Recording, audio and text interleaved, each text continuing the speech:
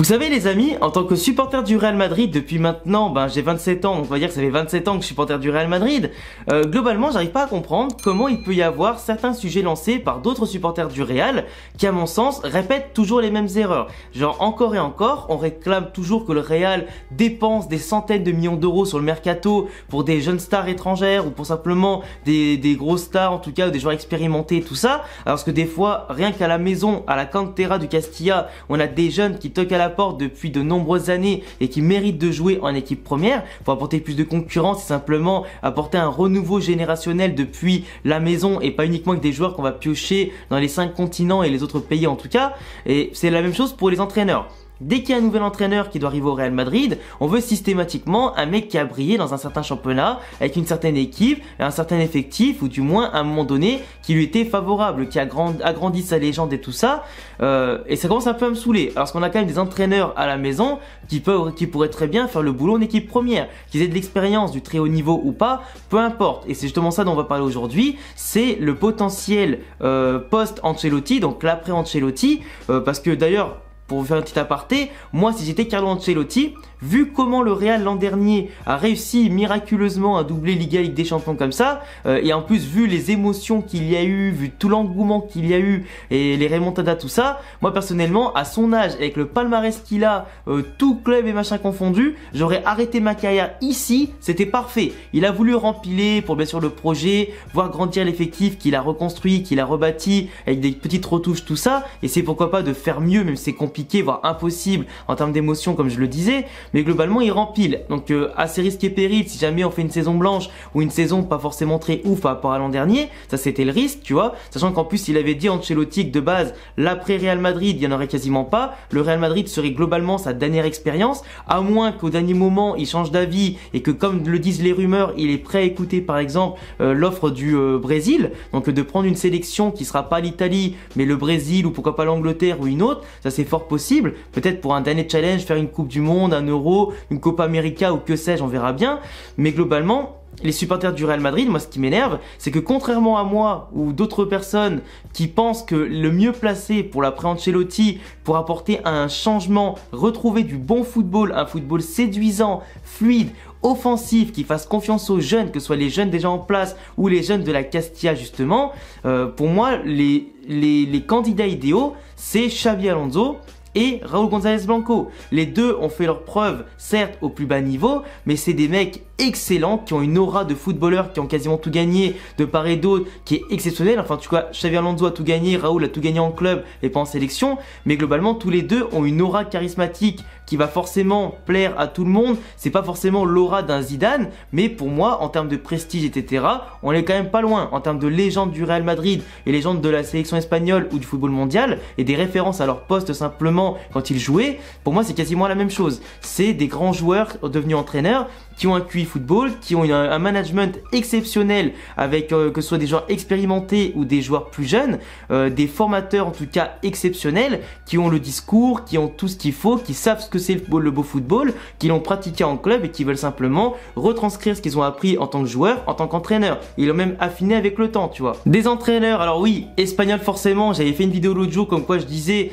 que même si c'est des entraîneurs étrangers, joueurs étrangers, majoritaires par rapport à l'Espagne, on s'en fout. Et là, je dis clairement, oui, j'en ai rien à faire, que ce soit des Espagnols en particulier. Moi, je dis juste que pour une fois, ce serait bien d'avoir d'anciens joueurs, que ce soit Xabi Alonso ou simplement un mec formé au club de base qui prenne un jour la main de l'équipe première. Ce serait hyper symbolique d'avoir un entraîneur de chez nous, tout comme Xavi au Barça, tout comme Guardiola au Barça à une époque. C'est en tout cas symbolique et ça montre qu'on forme autant des bons joueurs que potentiellement de futurs entraîneurs.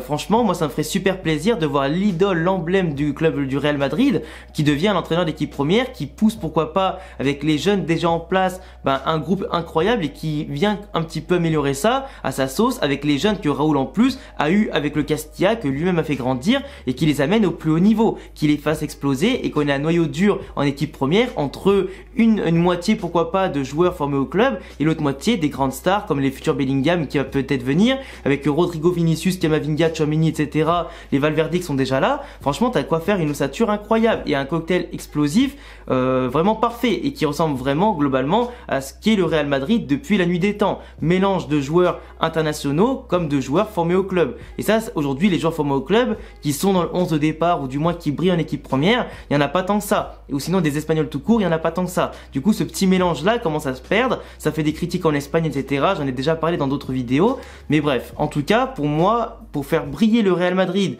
dans les prochaines années, mettre fin à ce problème générationnel qu'on pourrait avoir avec le manque de jeunes formés au club qui malheureusement on est obligé de prêter, de vendre au lieu de leur donner une place en équipe première, qui peut amener un gros problème à moyen et long terme parce qu'à chaque fois on sera toujours obligé d'acheter, même si le Real Madrid a une grosse manne financière, qu'on va gagner beaucoup plus d'argent en plus avec l'inauguration du nouveau stade, qui aura des activités commerciales pendant toute l'année qui vont booster en tout cas les revenus du Real globalement de plusieurs centaines de millions d'euros, même si le Real n'est pas trop dépensier et qu'on vend bien, bah c'est quand même important aussi de penser aux produits de la maison qui te font encore plus économiser. En plus, former des joueurs au club, ça coûte quand même des sous. Donc si tu as une dépense pour un joueur pendant 10-15 ans que tu le formes, au bout d'un moment, il faut rentabiliser ça, pas forcément en le vendant, mais en l'utilisant en équipe première. Parce que si tu fais que former pour vendre, économiquement, bah ça peut le faire, mais globalement, ça veut dire que sportivement, les joueurs qui sont chez les jeunes au Real sont condamnés à percer ailleurs. Donc tu brises les rêves de tout le monde et au bout d'un moment, ça finira par se comprendre et ça ne marchera plus, tu vois. Et il faudra pas s'étonner que le Barça, l'Atlético ou simplement les autres clubs dans le monde auront des jeunes plus talentueux que nous et qu'au bout d'un moment, tu sais pas, hein, tu peux pas anticiper une future crise financière ou je ne sais quoi, bah ils auront tellement de bons produits chez eux qu'ils auront pas besoin de dépenser ailleurs pour compenser des potentielles faiblesses de leur effectif. Alors que nous, si on fait que ça, on n'aura plus de réserve en interne simplement pour combler nos lacunes. Et ça, c'est un gros problème qui vaut pour le Real ou pour n'importe quel grand club si tu as une stratégie vraiment long terme, tu vois. Mais après, les gens, tu vois, par exemple, qui veulent des Thomas Tuchel, qui veulent des Jürgen Klopp, alors forcément, c'est des entraîneurs d'expérience qui ont déjà brillé, qui ont gagné des Ligues des Champions en tant qu'entraîneurs, qui ont gagné des championnats en tant qu'entraîneurs, qui ont résisté aux grandes pressions, qui ont connu plusieurs effectifs, plusieurs championnats, plusieurs langues, qui ont l'expérience de gérer les jeunes, etc. Mais pour moi, tu vois, ils ont pas cette expérience-là de grands joueurs qu'avaient par exemple un Raúl ou un Xabi Alonso qui maintenant deviennent entraîneurs et qui comprennent ce que c'est la pression, même s'ils n'ont pas encore l'expérience du haut niveau. Xabi Alonso tend à compenser ça avec le Bayer Leverkusen et je pense qu'il est capable de faire du bon travail, en tout cas depuis la prise de fonction, ils font une plutôt bonne saison, par rapport aux moyens qu'ils ont en termes d'effectifs, en quantité, qualité, etc. Il fait du bon travail comme on l'a vu. Mais globalement, moi c'est sûr je serais pas contre par rapport à un Thomas Tuchel ou un Klopp qui ont prouvé qu'ils sont capables de créer du beau jeu, des styles offensifs, avec par exemple un Jürgen Klopp qui va apprendre aux joueurs à presser tout le match, à avoir un bloc très haut, à se projeter très vite, faire des récupérations incroyables et surtout toujours imposer un rythme à l'adversaire qui soit hyper dense, qui soit infernal à comprendre et à supporter et qui va du coup via les contre-attaques et l'efficacité des attaquants bouffer tout ça, qui va apporter un impact au milieu de terrain et une défense qui soit solide. Voilà, c'est ça un peu le jeu de Jürgen Klopp, c'est un jeu qui te prend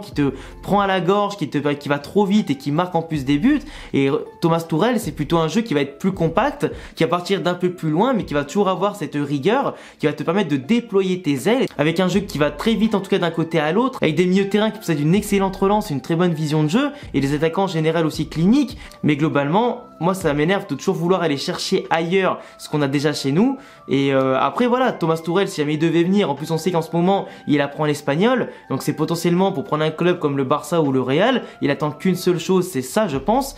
Si Xavi se fait virer, mais ça m'étonnerait, sauf s'il fait vraiment une saison blanche, là apparemment peut-être que le Barça le virait pour pouvoir changer de cycle et tout ça, pour repartir de zéro. Si le Ancelotti part, peut-être que le Real prendront Thomas Tuchel s'ils considèrent que Raúl n'est pas encore assez prêt. Ce qui serait d'un côté légitime parce qu'il est toujours avec le Castilla en 3ème division, il a fait la Youth League, etc. Il l'a remporté, mais globalement, même si la première division c'est autre chose, je suis désolé. Raúl en tant que joueur, il a ce bagage technique, ce bagage d'expérience pour combler justement le fait qu'un entraîneur, il n'a pas encore entraîné en Liga. Parce que globalement, enseigner des choses en 3ème division ou en première, quand tu as le respect, quand tu imposes le respect, que les joueurs t'écoutent,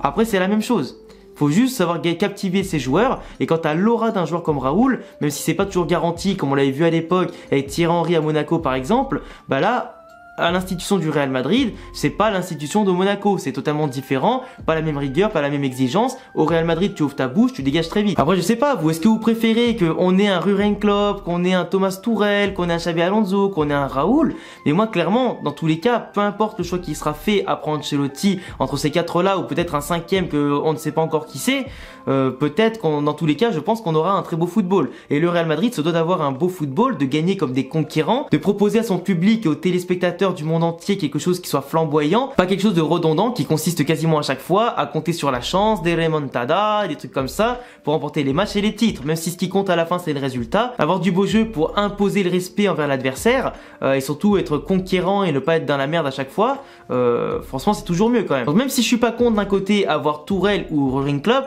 par rapport à leur style de jeu, leur personnalité, parce qu'ils sont quand même plutôt intéressants, etc. Ils ont toujours le bon discours qui fait plaisir, c'est des entraîneurs dans tous les cas que tu aimerais bien avoir, mais globalement, je sais pas, je préférais quand même au bout d'un moment lancer ce cycle-là avec Xabi Alonso et Raoul, parce que Jürgen Klopp et Thomas Tuchel, ils connaissent pas les enfants de la maison du Real, ils connaissent pas le potentiel qu'il y a chez nous, même si à mon avis ils peuvent le deviner, on leur fera sûrement plein de rapports, mais je sais pas si eux ils seront capables de lancer des jeunes comme ils ont pu le faire par moment dans leurs clubs respectifs par le passé. Des fois ils le font, mais plus par nécessité, parce que il y a des blessures, des absences, etc., que parce qu'ils l'ont vraiment voulu. Après des fois par chance tu tombes sur des pépites, mais pour le coup c'est pas vraiment leur dicton, tu vois. Alors que Raoul et Xabi Alonso, eux ils iront fouiller le moindre recoin de la cantera pour trouver la pépite, pour l'instaurer dans l'effectif, et ça c'est un projet de jeu qui me ferait extrêmement plaisir. Enfin bref, cette vidéo a déjà trop duré, j'espère que j'ai pas trop tourné en rond, mais en tout cas voilà, dites-moi en commentaire qui vous préférez pour le post Ancelotti, Raoul, Xabi Alonso, Thomas Tuchel ou Jürgen Klopp. Je vous laisserai vous abonner, cocher la cloche, le petit pouce bleu, mes réseaux en description, et à bientôt pour prochaine vidéo. Ciao les frérots.